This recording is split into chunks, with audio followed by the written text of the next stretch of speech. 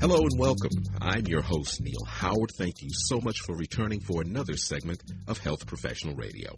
We'll be speaking with Joan Lau. She's joining us here as CEO of Spirovant Sciences. She's going to talk about cystic fibrosis and how the standard of care right now addresses but does not correct the underlying cause of the disease.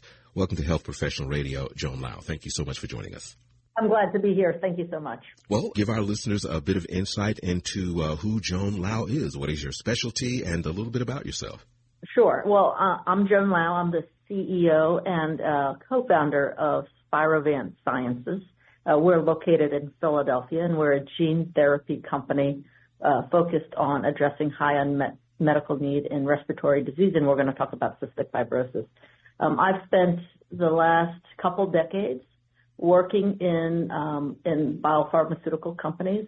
I like to think of myself as a drug developer and have worked both in large pharmaceutical companies as well as small ones. And what motivates me and my team is bringing forward medicines, particularly for individuals who don't have any other options to address their underlying disease.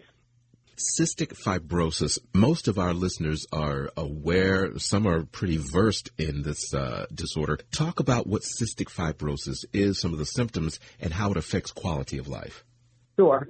So cystic fibrosis is a disease of the lung. You're born with it. It's called a monogenic disease. It follows what, if you remember in high school, classic Mendelian genetics. So you get a gene from your maternal side and your paternal side, and if they're both recessive, you get cystic fibrosis. So it's a rare genetic disease.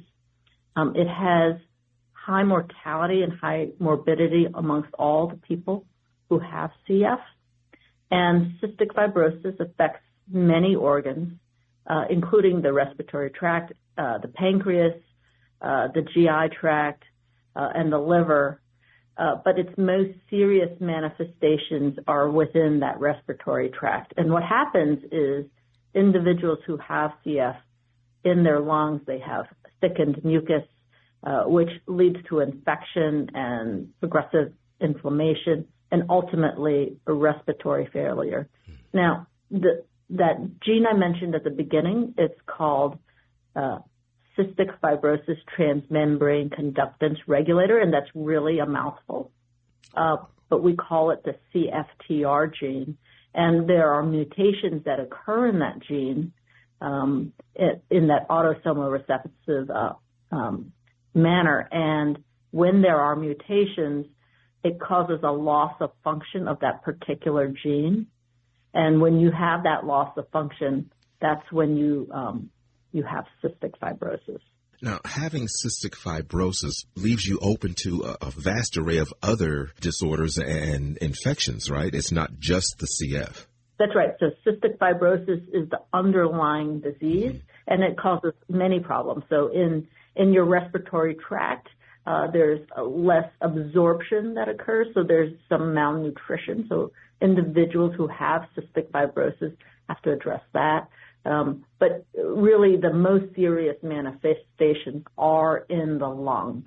Inside the lung, you have the airway side, that's the side that you breathe air into, and those cells that face the airway, some of them are ciliated. That means they have small hairs on them, and those cilia have less motility.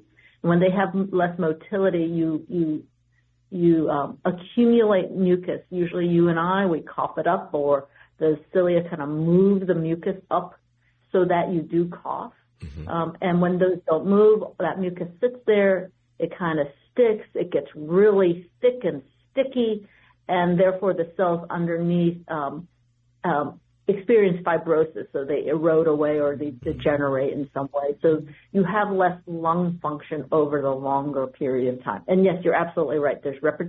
There are other effects of cystic fibrosis in your reproductive system, in your liver, in your GI system. But most people suffer serious manifestations because of the long effects. Being born with cystic fibrosis, is that a guarantee that it's diagnosed early, or are some people toddlers, young adults, before they actually are diagnosed with CF?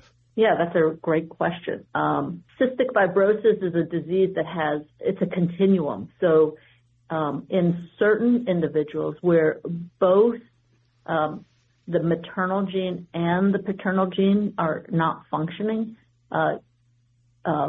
parents usually notice very, very early. Some people have one gene, so they're carriers, and so individuals, you might not see much effect whatsoever. And then in between there, individuals might be able to compensate because they do have loss of function, but the loss of function is not so low so that later in life they experience more severe effects, or they begin to experience those effects.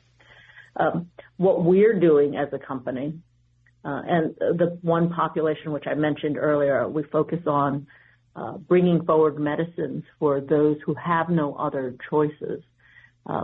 Those individuals who have what are called nonsense mutations, so both the maternal and the paternal genes don't express and don't function at all. Those are called class 1 mutations, and those individuals experience effects very early in life. Right after you're born, these babies, it's fairly common these days for these babies to undergo a sweat test. So you touch the babies, you kiss the baby, you can tell that the babies sweat. Their skin is salty because they're not able, on those cells on the surface of the skin, they're not able to transport sodium chloride in an effective manner. And so there's more salt on the surface of their skins, and the babies taste salty. What needs to be done to improve the current standard of care? What is, in your opinion, the most critical need for these patients? There are medicines that exist now that really treat underlying symptoms, and there are things like antibiotics, anti-inflammatories, bronchodilators, and that's been terrific to help these individuals.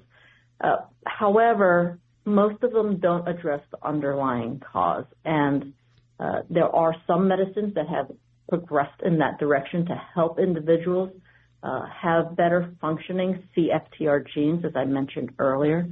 But ultimately, many individuals continue to experience advanced lung disease and respiratory failure. And what we need to do, or what these individuals need, is a correction of their CFTR gene. And that's where we're coming along. We're bringing forward gene therapies to address that underlying genetic cause to help reverse, first hold still, and then reverse potential organ damage to help these individuals live a more fulsome life. It's my understanding that a portion of U.S. patients with CF don't respond to the current standard of care.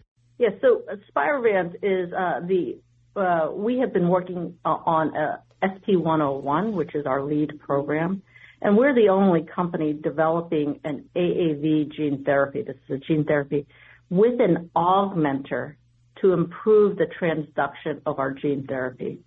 And what we do is we administer, or we intend to administer, a gene therapy along with this augmenter called doxorubicin to improve and enable better efficacy and better outcomes for patients. We're doing this because we think we're at this pivotal moment for respiratory diseases. Using an inhaler is what people with CF already do. And so by using something that's very familiar to them, we have tremendous potential to deliver really high concentrations of gene therapies right directly to the lung.